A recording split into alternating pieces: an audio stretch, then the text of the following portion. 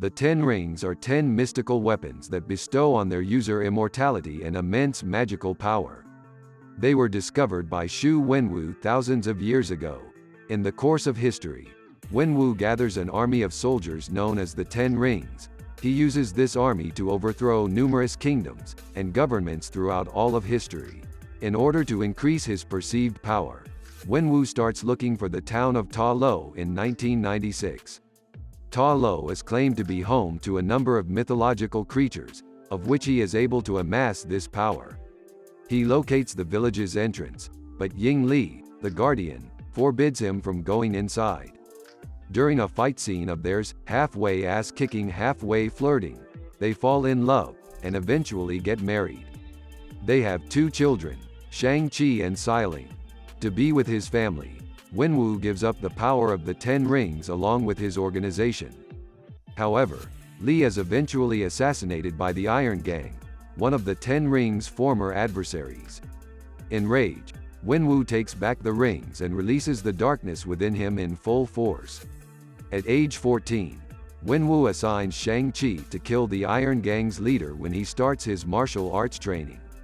His training is cruel and cold, which includes the abuse of trees, pots, and his own shins, but it eventually pays off in the form of badass fight scenes that would totally happen in real life. After completing his mission, ShangChi is traumatized and escapes to San Francisco. He then gives himself the name Shaun. Real creative.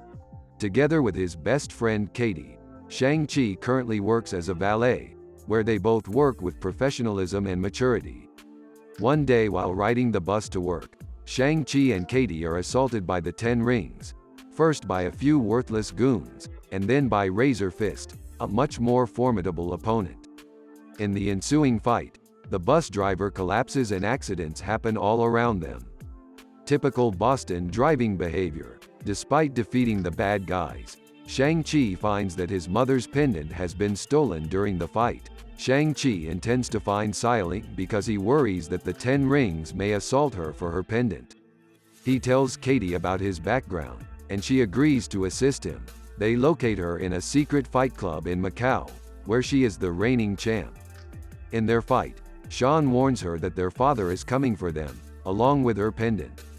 But when she remembers how he abandoned her when they were kids, she knocks him out cold. The 10 rings then attack the fight club, along with Razor Fist, causing mass chaos among the crowd. Everything seems to be going fine, despite Katie almost pulling a Gwen Stacy. But then Shaun's old mentor comes back, and in their fight, right as Shaun is about to kill him, Wenwu arrives and takes him back home, along with Katie and Xiling. After they are brought to the 10 Rings estate, Wenwu tells that he thinks Li is still alive and is being held captive in Ta Lo. Wenwu then uses the 2 pendants to activate a magic map showing the route they must take during Qingming Festival to access the village. Wenwu then reveals he plans to burn the village to the ground if denied entry. When Shaun and Xiling's shock and noncompliance show, their father turns, putting them both in prison. But this prison was probably made for children under the age of 5, and they escape almost immediately. After their escape, they then take their fancy BMW through the maze, who probably paid a lot of money to be in the movie.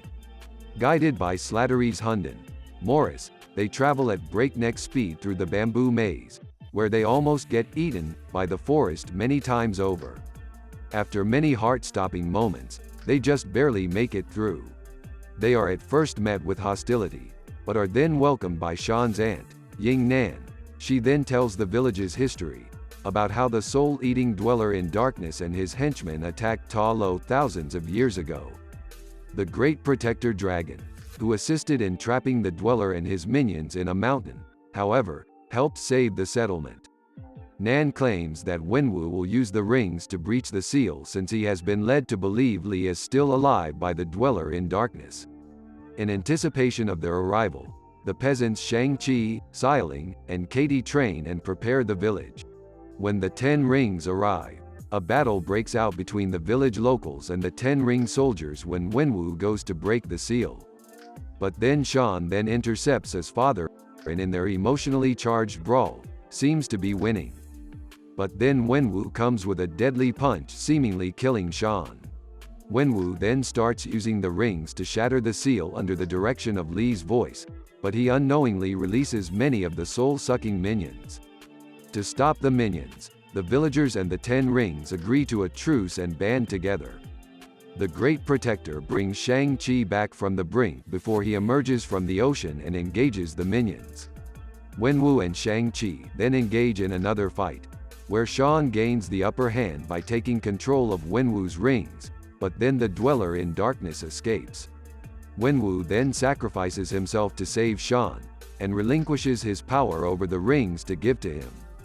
During the coming onslaught where many die on both sides, it seems like the Great Protector is about to be killed, but at the last moment Katie fires a shot that perfectly hits the demon's throat. Shaun is then able to launch a counter-attack where the Dweller in Darkness is defeated. Afterwards, Shaun, Katie, and Wong rock out to Hotel California, where they sing their hearts out like the pretty princesses they were meant to be. Hey y'all, thanks for watching. Smash that like button like a Discord mod smashes his keyboard. Later.